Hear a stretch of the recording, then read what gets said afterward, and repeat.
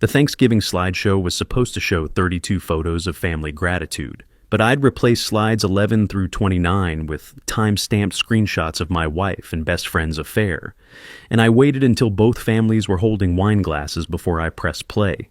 If you've got some time and maybe something to drink, settle in. This one's going to take a while, and honestly, you might want to hear it, because what I'm about to tell you isn't just about catching my wife cheating. It's about how the person helping me fix my marriage was the exact reason it was broken in the first place. So, here's the thing you need to understand first.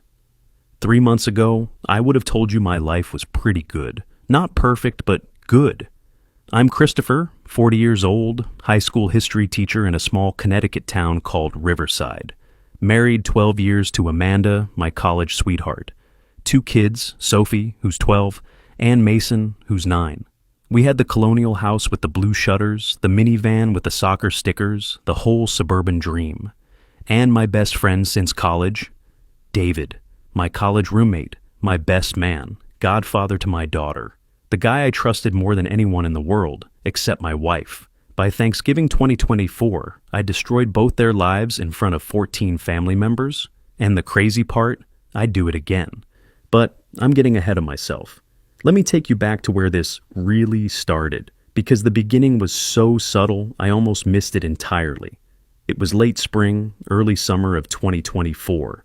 Amanda had just turned 38 in May, and something shifted. Not dramatically, that's what made it so easy to ignore. She started talking about feeling stuck, about losing herself in motherhood. She'd say things like, "I'm not just someone's wife and someone's mom, you know?" And I'd nod, because yeah, of course she wasn't just those things. She was Amanda, graphic designer, brilliant, creative, the woman I fell in love with 15 years ago. She started going to yoga, Tuesdays and Thursdays, 7 to 9 p.m. Got a new yoga mat, new outfits, even new perfume. When I commented on it, just a casual, "that smells nice," she got weirdly defensive. "I'm just trying something different. Is that a crime?" Looking back now, I can see every single red flag I ignored. But at the time, I told myself she was going through something, a phase, maybe a midlife thing, even though 38 seemed young for that. I was a classic conflict avoider. If you've ever been the type to rationalize things away instead of confronting them, you know exactly what I mean. The physical stuff changed too. We went from making love 2-3 times a week to maybe once every couple weeks. She was always on her phone, always face down on the counter or the nightstand.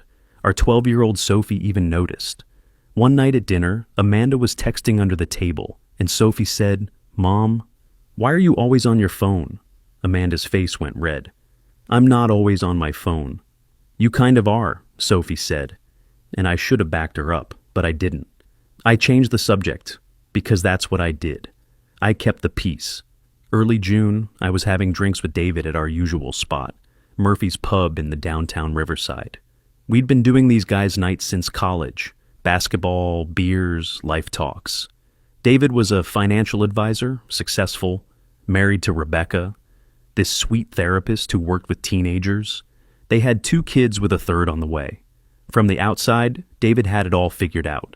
I remember sitting across from him in that booth, condensation dripping down my beer glass, and just unloading.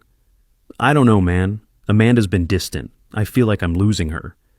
David leaned back, did that thing where he nods really thoughtfully, like he's processing deep wisdom. "Have you guys thought about therapy? Couples therapy?" I laughed. "Therapy? We're not that bad." "Bro, therapy isn't for when you're that bad. It's for before you get there." He pulled out his phone, scrolled through his contacts. "Let me give you a name. Dr. Helen Morrison. Rebecca knows her, different practice, but she's supposed to be great. Seriously, Chris, give Amanda space to breathe, but also show her you're willing to work on things." I took the name, texted it to Amanda that night. She seemed relieved. "That's actually a really good idea," she said. "I've been thinking we could use some help." We started therapy June 24th. I remember the date because I had to leave school late and I hate being late. Dr. Morrison's office was in this converted Victorian house, all beige furniture and those inspirational quotes on the walls. You know the type, growth happens outside your comfort zone and all that. That first session, Amanda did most of the talking. She said she felt unappreciated and taken for granted. said I was always at school or grading papers, never present. And look, she wasn't entirely wrong. Teaching high school is demanding, and I brought work home. But the way she said it, like I was this absent husband who didn't care, that stung. Dr. Morrison was kind, professional. She asked about our history, our patterns. We committed to weekly Monday sessions, 6 p.m. After that first one, I texted David. We started therapy. Thanks for the push, man. He responded immediately. Proud of you. That takes courage. If only I'd known. July and August passed in this weird haze. We kept going to therapy every Monday. Amanda kept going to yoga every Tuesday and Thursday. I kept teaching summer school, kept grading, kept trying to be more present like Dr. Morrison suggested. But Amanda kept getting more distant, not less. New clothes started appearing in her closet. She'd always dressed nice, but this was different. Lacy things from Victoria's Secret, stuff I'd never seen her wear. When I asked about it, she said she was investing in herself. Fair enough, I thought. Therapy was about individual growth too, right? Her phone became this third presence in our marriage. She'd shower the second she got home from yoga, every single time. Her yoga clothes never smelled like sweat. The yoga studio posted on Instagram one Thursday in July that they were closed for renovations, but Amanda's calendar said she'd been at class. When I mentioned it casually, she stumbled over her words. Oh, I went to a different studio that week. But her yoga mat never left the car. I started paying attention to little things. The way she'd tilt her phone away when a notification came in. The way she'd smile at her screen and then quickly blank her expression when she noticed me watching. The way she started volunteering to make grocery runs that used to annoy her. My brother Marcus came to visit for Labor Day. Marcus is a detective, Bridgeport PD. And he's got that cop instinct you can't turn off. We were grilling burgers in the backyard. Amanda was inside with the kids, and Marcus said, "Something's up with her." "What do you mean?" "I don't know, man. She's different, jumpy. Is everything okay?" I wanted to say yes. I wanted to believe it so badly. We're in therapy, working through some stuff. Marcus looked at me hard. "Chris, I love you, but you're too nice sometimes. You let people walk on you." "I don't let people walk on me." "You're doing it right now, defending her when I didn't even accuse her of anything." He flipped a burger, shook his head. "Just keep your eyes open, okay?" I didn't want to keep my eyes open. I wanted everything to be fine. August 20th, guys' night with David. I'd been holding on to this gnawing feeling in my gut for weeks, and I finally said something. "Man, I think Amanda might be, I don't know, something feels off." David's face shifted into this concerned, brotherly expression. He reached across the table, gripped my shoulder. "Bro, I hear you. But are you sure you're not projecting? Therapy brings up a lot of insecurities. It can make you paranoid." "I'm not paranoid, What does Dr. Morrison say about trust issues?" I hadn't brought it up with Dr. Morrison. David told me I should. "This sounds like anxiety talking, Chris. Keep doing the work. Trust the process." Trust the process. Trust your gut, not their words. But I didn't know that yet. September 3rd, I was planning Sophie's birthday party and checking our family calendar. That's when I saw it clearly. Amanda had yoga marked on a Thursday in July when her studio was closed. I'd already asked her about it, gotten that flimsy excuse, but seeing it there in writing, I couldn't ignore it anymore. September 18th changed everything. Amanda was on the couch. I was in the kitchen making coffee. Her phone slipped from between the cushions, fell to the floor, screen up. A text notification lit up the screen. D. Can't wait for Thursday. Tell C you have a late client call. My heart stopped, just completely stopped. D. I stared at that single letter. The message preview disappeared after a few seconds, but it was burned into my brain. Amanda came back from the bathroom, saw me standing there frozen, saw her phone on the floor. Her face changed, just for a second, this flash of pure panic before she controlled it. "Who's D?" I asked. My voice didn't even sound like mine. She snatched the phone up. "A client, David from Davidson Designs." "You don't usually put heart emojis next to client names." "What? There's no heart emoji." But I'd seen it. The contact name was D. She got defensive fast. "Why are you reading my texts?" "I wasn't reading your texts. Your phone fell. I saw the notification." "So you were snooping." I was standing in my own kitchen. We went in circles. She insisted it was a client. I wanted to believe her. God, I wanted to believe her so badly. But that night, I couldn't sleep. I kept seeing that message.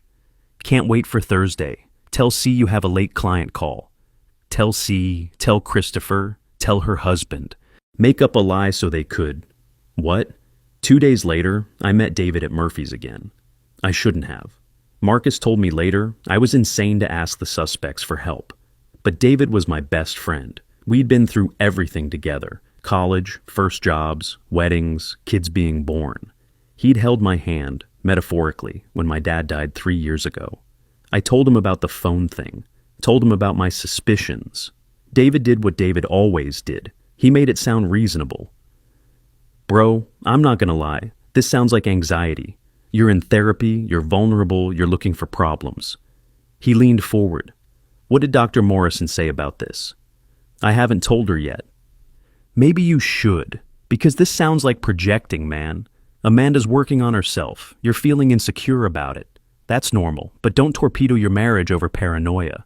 I left that bar feeling crazy, feeling guilty, feeling like I was the problem. I found out later that David texted Amanda the second I left, warned her I was suspicious, told her to be more careful. If you've ever been gaslit, you know this feeling. When someone uses your own doubt against you, makes you question reality itself.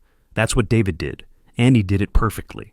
September 22nd, Monday therapy session. I brought it up vaguely. I'm feeling like something's off, like there's distance between us. Amanda got emotional, real tears. I'm trying so hard, Chris. I'm here every week. I'm working on myself. And you're making up suspicions. Do you know how that makes me feel? Dr. Morrison guided us through trust exercises. I apologized. I actually apologized for having a gut feeling. But during that session, Amanda's phone, sitting face down on the table between us, lit up 6 times. 6 notifications in 50 minutes. Dr. Morrison didn't notice. I counted every single one. September 24th, I broke down and called Marcus. Told him everything. Chris, he said, and his voice had that detective tone. I love you, but you're being naive. Get proof. Check phone records. Check locations, something concrete. Stop asking the suspects if they're guilty.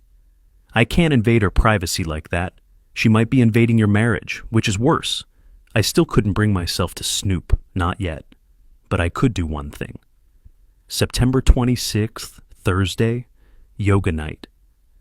I told Amanda I was working late, grading papers in my classroom. Instead, I drove to the coffee shop across from her yoga studio and parked where I could see the entrance.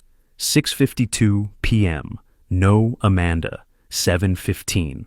Still no Amanda. 7:30, I drove around the neighborhood, my hands shaking on the wheel. And at 7:48, I found her car. Riverside Park Overlook. This spot where teenagers go to make out because it's isolated, surrounded by trees, perfect view of the water. Her car. And next to it, a silver Lexus. I couldn't breathe. I sat there in my car, 3 spots away, and I couldn't make myself get out. Couldn't make myself walk over and confirm what I already knew. I just stared at those 2 cars until my vision blurred. I left. Drove home, sat in our driveway until I could control my face. Amanda came home at 9:50, gave me a kiss on the cheek, said, "Yoga was so good tonight, really centered me." I smiled and said I was glad. That night, I lay in bed next to my wife and stared at the ceiling until sunrise.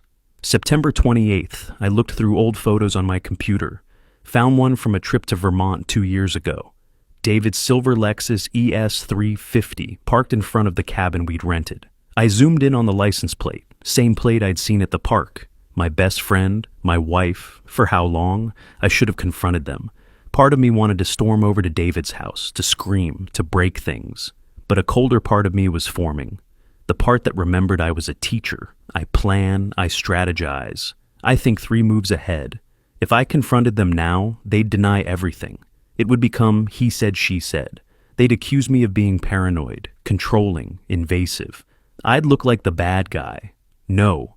If I was going to do this, I was going to do it right. September 29th, I told Amanda I had a mandatory teacher development conference in Hartford. Overnight, October 1st. She couldn't hide the flash of excitement on her face before she controlled it. Oh, okay, I'll hold down the fort.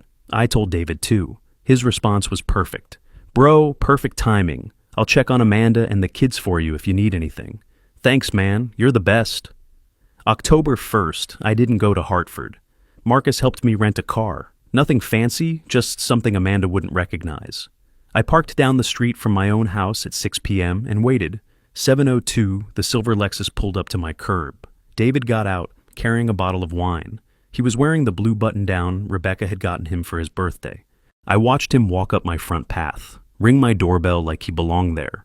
Amanda opened the door in a dress, a black dress I'd never seen, one that hugged her in ways that made my stomach turn. They hugged, too long, too familiar, and then he went inside. Into my house. My house. I sat in that rental car for 3 hours. Other cars drove by. A neighbor walked their dog. The sun set. Lights came on in houses up and down the street.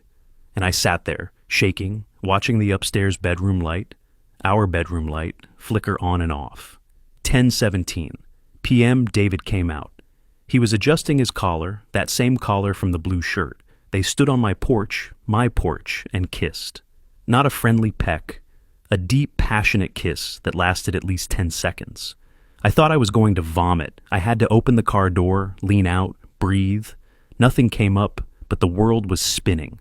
David drove away. Amanda went back inside, and I sat there until 2 a.m. watching the bedroom light go off, knowing my wife was up there alone after spending the evening with my best friend. That's when something in me broke, but not the way you'd think. I didn't cry, didn't scream. Something just calcified, hardened. The pain turned into something else, something cold and clear and focused. I drove to Marcus's apartment, let myself in with the spare key. He found me sitting on his couch in the dark at 3 a.m. Jesus, Chris, you scared the... What happened? It's David, I said. My voice was completely flat. It's been David this whole fucking time. Marcus sat down next to me, didn't say anything, just sat there while I stared at the wall. I need to see the messages, he finally said. I need to know how deep this goes. October 2nd, I went home at 8 a.m. like I was just getting back from Hartford. Amanda was making pancakes, sunny and cheerful. Sophie and Mason were at the table, arguing about whose turn it was to use the iPad. How was the conference? Amanda asked, sliding pancakes onto a plate. I watched her lie, watched her perform. Fine, boring, the usual. Mason said, Mom said she had a headache last night and went to bed early. Amanda's spatula froze midair for just a second. I meant after you went to bed, sweetie. I gripped my coffee mug so hard I'm surprised it didn't shatter, said nothing, smiled, ate pancakes that tasted like ash. That afternoon, while Amanda was in the shower, I did something I never thought I'd do. I waited until she was washing her hair. I could hear the water running, and I took her phone from the nightstand. Held it up to her face while she was sleeping during her afternoon nap. Later, Face ID unlocked it. I felt disgusting doing it. Felt like I was violating something sacred, but I needed to know. I opened her messages, found 847 messages going back to February 14th, Valentine's Day. My hands were shaking so badly I could barely scroll. February 14th, 2024. David, thinking of you. Amanda, you shouldn't, but I'm glad you are. March 8th. Amanda, C is working late again. Come over? David, on my way. July 2nd. Amanda, therapy was hard today. I almost slipped and said your name. David, we have to be more careful. August 15th. Amanda, I feel guilty lying to Rebecca, but not about us. David, I know. Me too. September 5th. Amanda, he's so oblivious. Sometimes I wonder if he even loves me anymore. David, his loss, my gain. There were photos. Amanda in lingerie I'd never seen. Hotel room selfies. Pictures of them together that made my vision blur. I took photos of everything with my own phone. Hundreds of screenshots.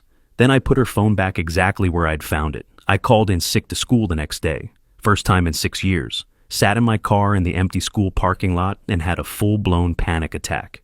Couldn't breathe, chest crushing, the whole thing. Marcus found me there an hour later. I'd called him, barely able to speak. He took me back to his apartment, made me sit down, made me show him everything. We went through it all. Built a timeline. February 14th, 2024. Affair started. Valentine's Day. The irony would be funny if it wasn't destroying me.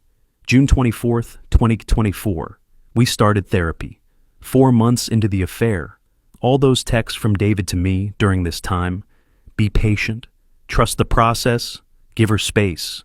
All those therapy sessions where Amanda talked about needing honesty while lying through her teeth. Marcus found hotel receipts in Amanda's email. Hilton Hartford, March 22nd through 23rd. The weekend Amanda said she was at a design conference. The Warren Inn, August 3rd through 4th, when she claimed her college friend was getting divorced and needed support. This isn't just an affair, Marcus said, his jaw tight.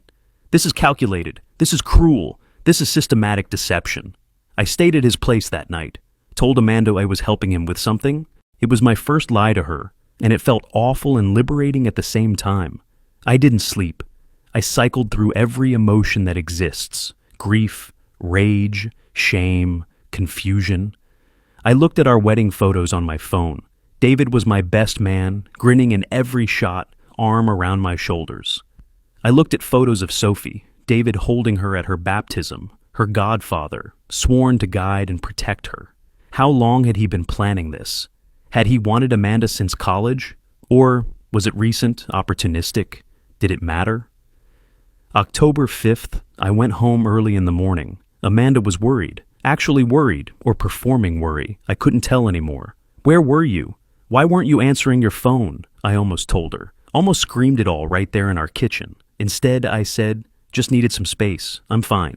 She looked relieved, didn't even press for details. That's when I knew for sure. She didn't actually care where I'd been. She was just relieved I wasn't asking questions about her. I texted Marcus, "You're right. I need to be smart about this." October 7th, Monday therapy session. I sat on that beige couch knowing everything. Knowing she'd spent the night with David while I was supposedly in Hartford. Knowing about the 847 messages. Knowing it all. Dr. Morrison asked how our week was. Amanda said, "Good. Chris was away. Gave me time to think. I really want us to work." I watched her lie to a therapist's face. Dr. Morrison turned to me. "Christopher, how are you feeling?" I wanted to flip the coffee table, wanted to show them both the screenshots on my phone. Instead, I said, "I'm learning a lot about myself." Amanda's phone buzzed during the session. She glanced at it, smirked slightly. I knew it was David, knew he was probably texting something about me, about how clueless I was. Dr. Morrison suggested homework, daily gratitude lists. The irony wasn't lost on me. That's when I realized something important. I didn't just want to leave. I didn't just want a divorce. I wanted them to feel what I felt. I wanted everyone to know what they'd done, and I knew exactly how to do it. Over the next month, I became someone I didn't recognize. I was an actor. At home, I played the husband working on his marriage. In therapy, I played the student trying to grow. With David, I played the best friend grateful for support. Marcus helped me set up what he called a war room at his apartment. We mapped everything out. Timeline of the affair, key players, evidence, goals. "What do you want out of this?" Marcus asked. "Divorce, revenge, both?" "I want them exposed. I want everyone to know. But I also want full custody of my kids."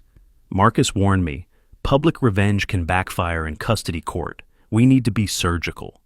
October 11th, Marcus connected me with Patricia Lawson, a divorce attorney with a reputation for taking no prisoners. She was in her late 50s, gray hair pulled back, eyes that had seen every dirty trick in the book. I showed her everything.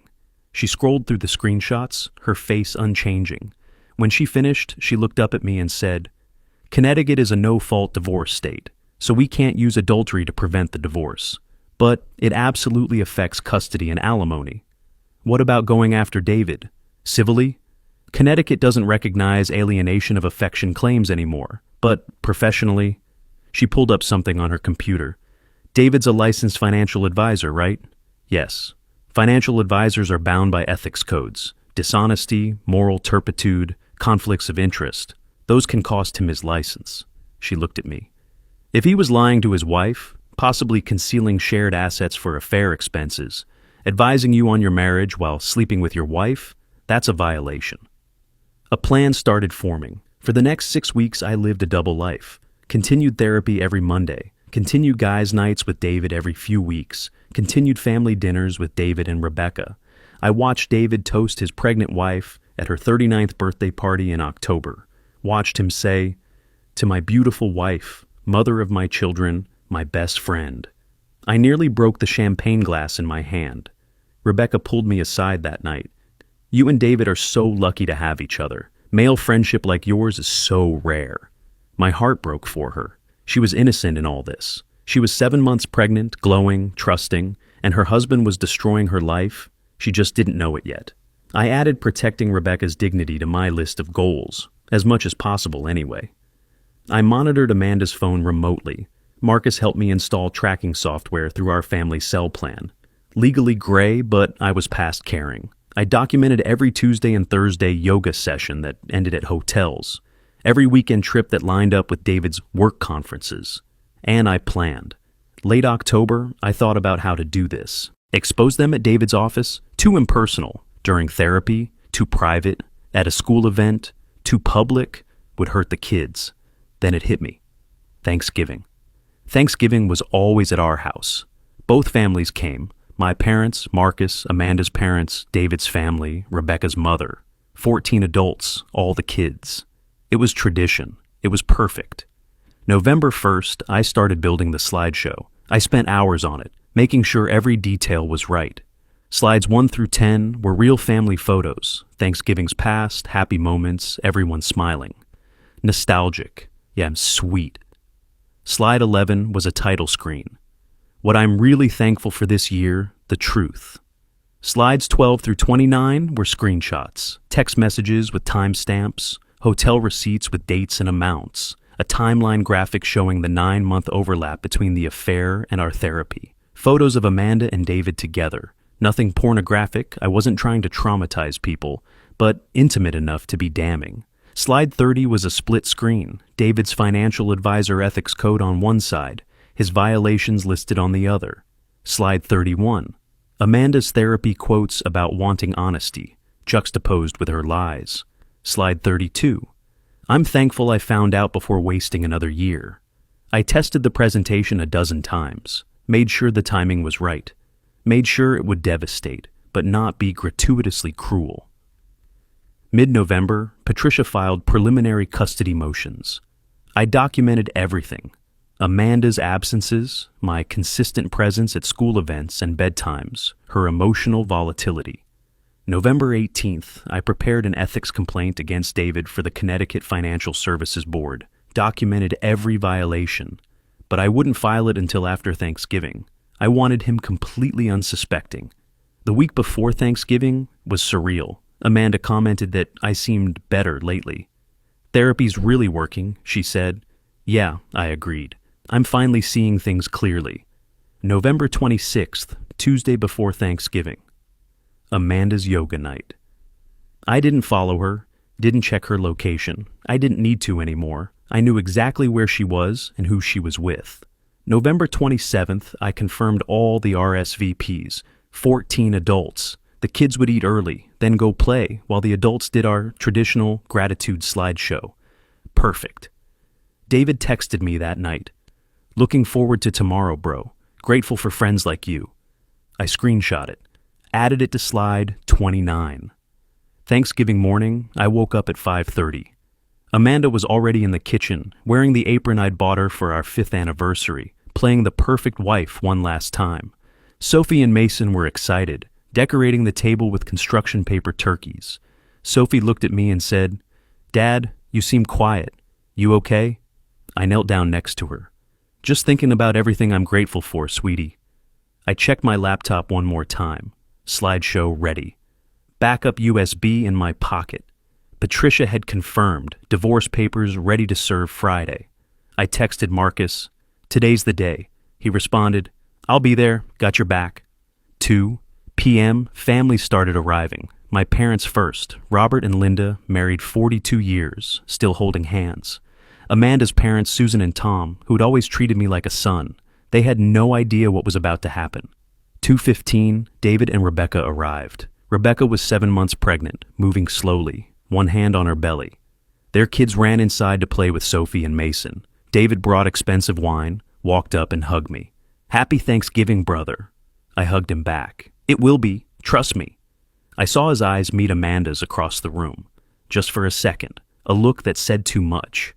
Dinner was 3 p.m. to 5. Traditional everything, turkey, stuffing, mashed potatoes, the works.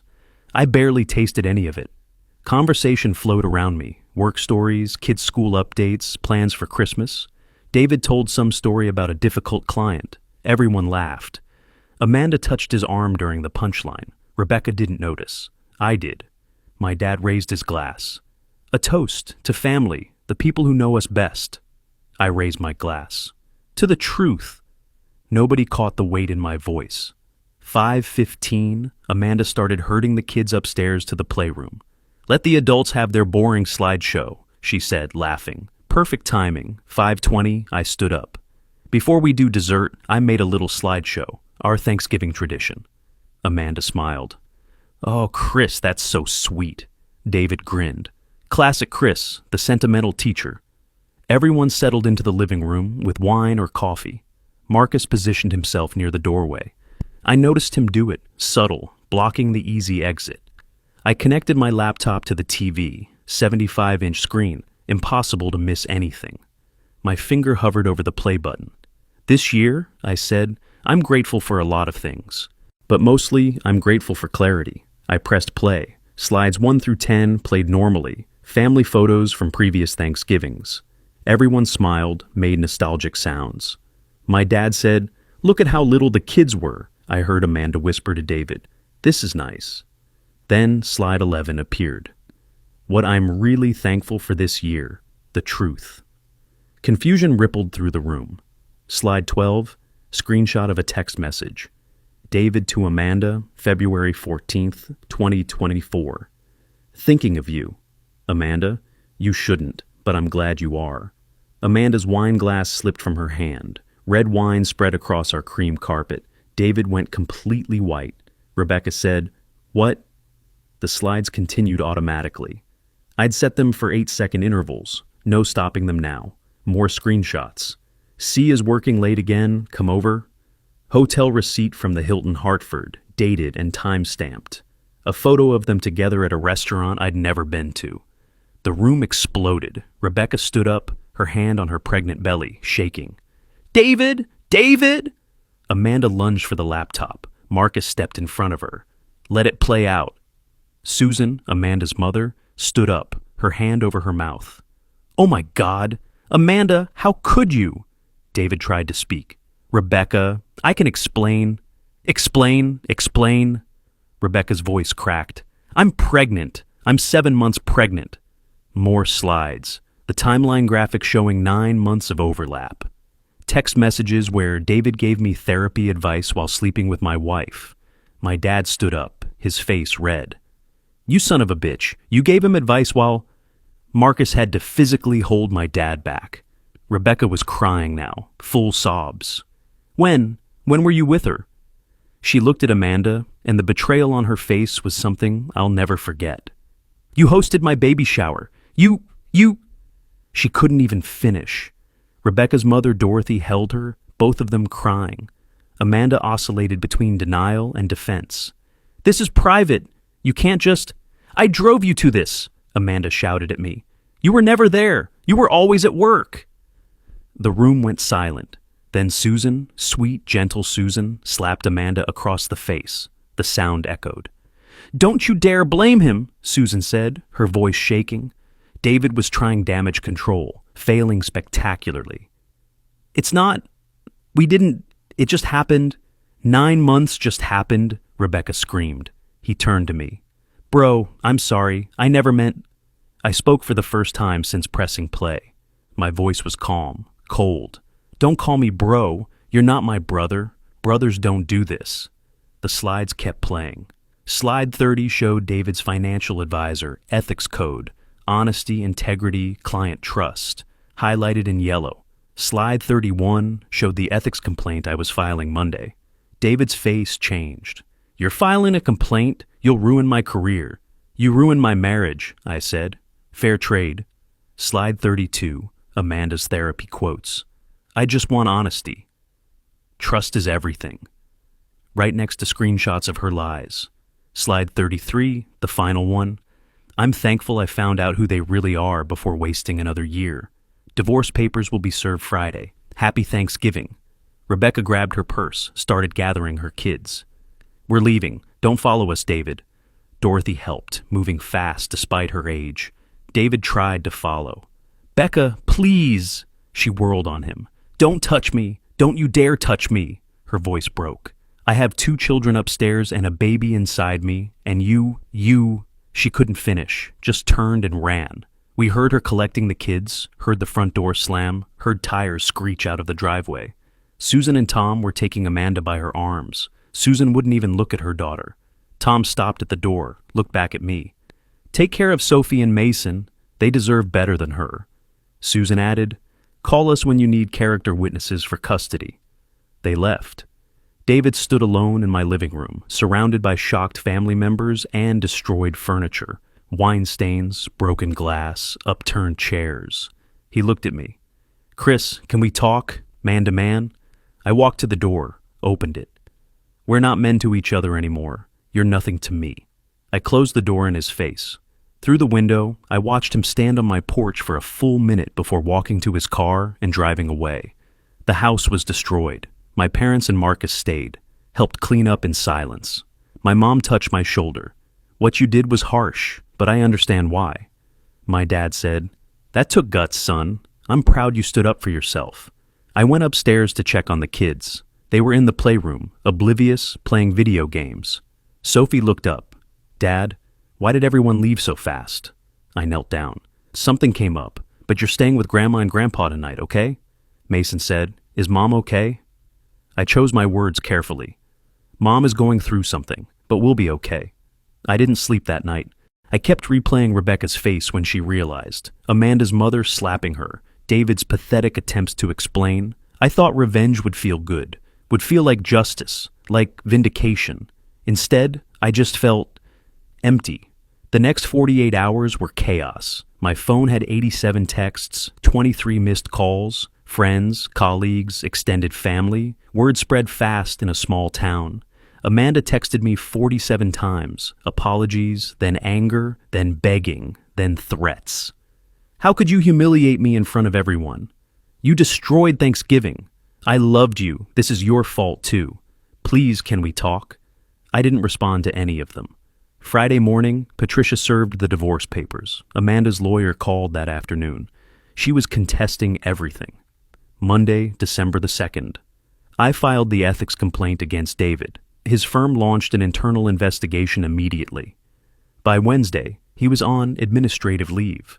Rebecca filed for divorce December 4th. Her lawyer was vicious, and rightfully so. By Friday, David had lost 40% of his client book. Small town, word spreads. By the following Friday, his firm asked him to resign rather than be terminated for cause.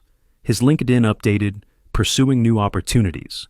The comments section filled with people asking what happened. Nobody answered directly, but everyone knew. My social circle imploded. Most couple friends sided with Rebecca and me. A few remained neutral and just faded away. One couple, Jake and Monica, actually defended Amanda. Marriages are complicated, Monica said. I cut them off. Not that complicated. At school, students knew something happened. The rumor mill was brutal. Mr. Bennett got divorced. His wife cheated. I addressed it head-on with my department head, asked for privacy. My colleagues were supportive but awkward, except Emily, the English teacher. She started bringing me coffee in the mornings. If you need to talk, I'm here. I wasn't ready to talk, not yet. Amanda's design business collapsed. Small business, reputation matters. Her Instagram, once this curated perfection, she deleted entirely. Friends distanced themselves. Her own mother wouldn't speak to her. She moved in with Monica, the one friend who had defended her.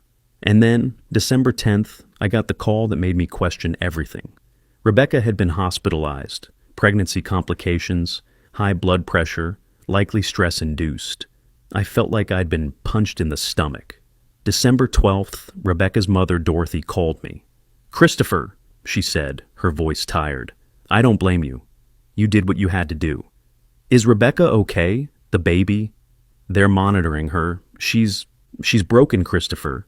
She's 8 months pregnant, alone, terrified. David destroyed her life. But that slideshow, she paused.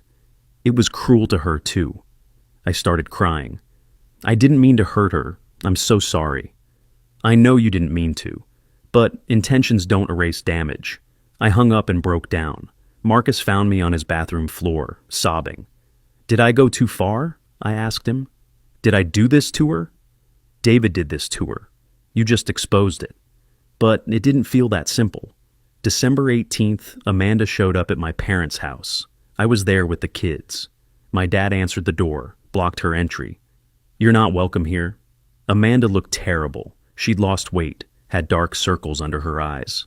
Please, I need to see my kids. I came to the door. Not like this. Get a lawyer. Follow the process. She broke down right there on the lawn. I made a mistake. I'm sorry. Don't take my kids. Neighbors were watching. I felt a flash of pity, then forced it down. You should have thought of that before. She left, hysterical. That night, Monica called. She's not okay. She's talking about hurting herself. I called Amanda's parents immediately. They handled it. Amanda was hospitalized on a psychiatric hold for 72 hours. I felt sick. Marcus kept telling me it wasn't my fault, but I couldn't shake the feeling that I'd pushed her there. Then there were the kids. Sophie found out at school. Some classmate's parent had gossiped. She came home crying. Did Mom cheat on you with Uncle David? I'd been dreading this conversation. I was honest, but gentle. Yes. And I'm sorry you found out that way. Is it my fault? No, baby. None of this is your fault. Mason just asked when Mom was coming home. I told him Mom and I needed time apart, but we both loved him. They spent Christmas week with Amanda's parents. Neutral ground. Amanda was allowed supervised visits there. I missed them terribly, but it was best. December 20th, David lost his ethics hearing. License suspended for 2 years. Can't work in financial services. Between legal fees and Rebecca's divorce settlement, he was financially ruined. He had to sell the house. Rebecca got the majority in the divorce. She deserved every penny. David moved in with his brother in New Haven. Rebecca gave birth December 28th. Healthy baby girl, Sophia. David wasn't present. That was Rebecca's choice, and I respected it. New Year's Eve, David texted me. First contact since Thanksgiving. I hope you're happy. You destroyed my life. I stared at that message for 10 minutes before responding. No, you destroyed your own life. I just made sure everyone knew. January was therapy. Individual therapy this time with Dr. Richard Kwan, different from Dr. Morrison, who dropped both Amanda and me as clients. First session I said, I got my revenge, so why don't I feel better? Because revenge doesn't heal wounds, Dr. Kwan said. It just creates new ones. We worked through everything. The guilt about Rebecca, the guilt about Amanda's breakdown, the worry about my kids, the anger that I still felt angry. You exposed the truth, Dr. Kwan said. That wasn't wrong, but the way you did it caused collateral damage. You get to feel both justified and regretful. That permission to hold both truths helped more than anything. February 14th, exactly 1 year after the affair started, was the custody hearing. Patricia presented everything: Amanda's pattern of dishonesty, the affair during marriage counseling, her neglect of the kids, her recent mental health crisis. Amanda's lawyer argued she was stable now, in therapy, on medication. The judge ruled, I got primary custody, 70%. Amanda got supervised visitation, transitioning to weekends, 30%, pending psych evaluation. Amanda sobbed in the courtroom. I felt relief and sadness in equal measure. I won, I got custody. Amanda's life was in shambles. David's career was over. I should have felt vindicated. Instead, I just felt tired. Tired of being angry, tired of fighting. I wanted to move on. I just didn't know if I could. March came, and slowly, things started feeling lighter. Sophie and Mason adjusted to the new routine.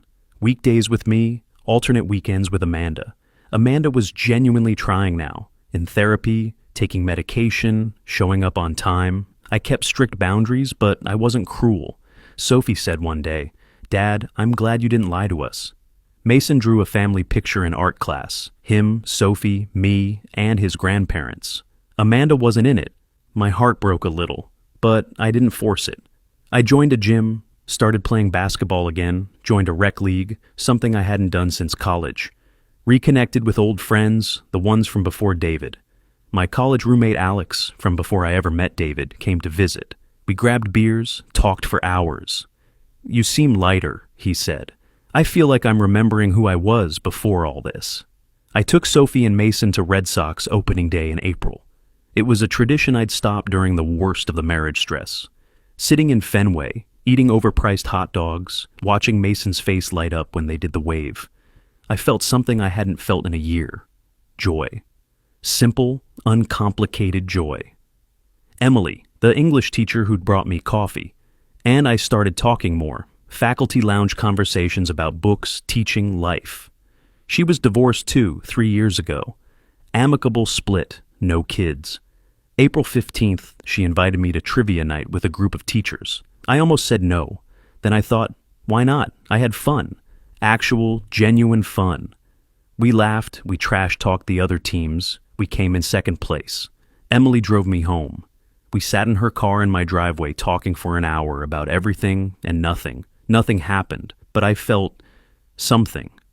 Hope, maybe. May 3rd, I asked her to dinner, just the two of us. She said yes.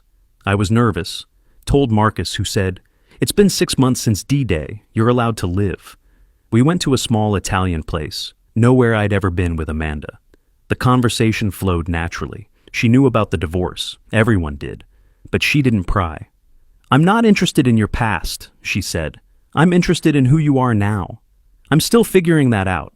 "That's okay. I'll wait." We held hands walking to her car. She kissed me goodnight. Gentle, tentative, sweet. I felt like a teenager again, in a good way. May 10th, I got an email I didn't expect. From Rebecca. Subject, "Thank you, I think." I opened it with shaking hands. "Christopher, I'm writing this from Oregon. I moved here in March to be near my sister. Fresh start. Baby Sophia is healthy and perfect and mine. The divorce from David is final. I'm healing, slowly. I was angry at you for a long time. The slideshow was humiliating, and I won't pretend it wasn't. But you didn't cause this. David did. And I needed to know the truth, even if it hurt. I hope you're healing too. Dorothy sends her regards." "Rebecca," I cried reading it. Wrote back immediately, kept it short. "Rebecca, I'm sorry for the pain. Thank you for your grace. I wish you every happiness. Christopher." It felt like a piece of closure clicking into place. "Early June," David texted. "Can we talk? I need to apologize. Really apologize." I debated for days, talked to Dr. Kwan about it. "What would you get out of it?" he asked. "Closure, maybe?" "Do you need his apology to move forward?" I realized no, I didn't. I responded to David. "I don't think we have anything to say to each other. I hope you get help. But I'm moving on." I blocked his number, felt lighter immediately. July 4th, small barbecue at my parents' house. Emily was there, as my friend. Sophie was too smart for that.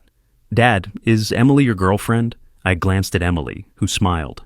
"We're spending time together. Is that okay?" Sophie considered it. "Is she nice?" "Very." "Then it's okay." Mason showed Emily his entire Lego collection. She sat on the floor with him for an hour, building. She didn't try too hard, didn't force it, just existed naturally in our space. Later, Sophie pulled me aside. "I like her. She's not trying to be mom. She's not replacing mom. Mom is always your mom. I know, but it's nice you're happy." August, Amanda's therapist confirmed she was stable. Custody expanded to 40%. Amanda had a new job, marketing firm in Hartford. Decent commute, but stable income. She rented an apartment, decorated it for the kids. She was dating someone, I heard through Sophie. It felt weird, but not painful. Amanda texted me, rare direct communication. "Thank you for not turning the kids against me." I responded, "They deserve to love both of us. Not friends, never friends, but civil." It was progress. By the end of summer, I realized something. I'd spent 9 months living in anger, another 6 learning to let it go. I wasn't the same person I was on that Thanksgiving. I didn't want to be. That person was too trusting, too naive, too willing to ignore his gut because someone else's words sounded reasonable. But I also didn't want to be the person who destroyed two families at a holiday dinner.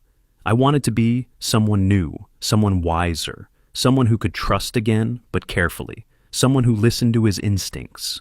Trust your gut, not their words. That's what I'd learned. Now it's late November 2025, almost Thanksgiving again.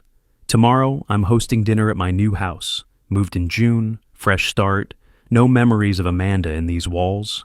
Sophie and Mason helped me pick it out. Emily helped me paint the living room. My parents are coming, Marcus and his new girlfriend, a few close friends.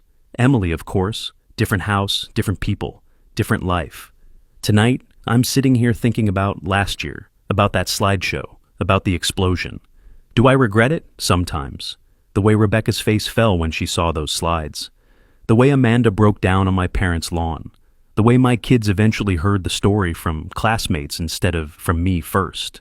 Yeah, sometimes I regret the public nature of it. But do I regret exposing the truth? No. They needed to face consequences.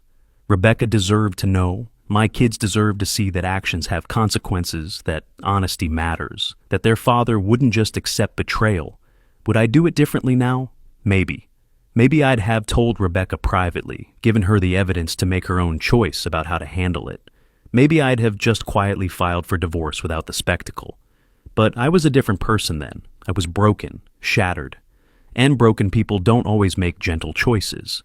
Here's what I learned, and I hope maybe it helps someone out there going through something similar. Revenge doesn't heal you. It really doesn't. It gives you a pause in the pain, maybe a moment of satisfaction. But real healing, that comes after. In therapy, in new routines, in small joys like opening day at Fenway. In letting yourself trust again, even when it's terrifying. I learned to trust my gut. When something feels off, it probably is. Don't let anyone, especially someone using therapy language or friendship as a weapon, talk you out of your instincts. I learned that betrayal reveals character, not just theirs, yours too, and you have to live with the choices you make when you're in pain. Most importantly, I learned that happy endings aren't about revenge. They're about what you build after everything burns down. Tomorrow is Thanksgiving. Sophie asked me yesterday if we're doing a slideshow. I laughed. Just normal family photos this year, I promise. Mason said, I like this better. Me too, buddy, me too. I've got a photo on my mantle now. Sophie, Mason, me, and Emily at that Red Sox game in July. Everyone's smiling, genuinely smiling. My dad's watch is on my wrist in the photo, the one I inherited from him, the one that represents trust and legacy. Tomorrow I'll be grateful for a lot of things. For my kids who are resilient and loving despite everything. For my parents and Marcus who had my back when I needed it most. For Emily, who sees who I am now, not who I was. For my brother who helped me through the darkest time. For therapy, which gave me tools to process instead of just react. And yeah, I'm grateful for that slideshow too. Because it destroyed two marriages, yes. But it also freed me from a lie I was living every single day. That slideshow gave me my life back. Was it worth it? Ask me again in 5 years.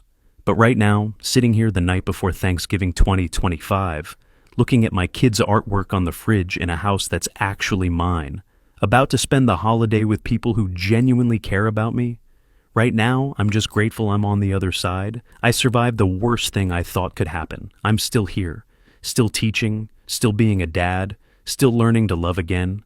Trust your gut, not their words. Took me 40 years and one hell of a Thanksgiving to learn that lesson, but I finally did.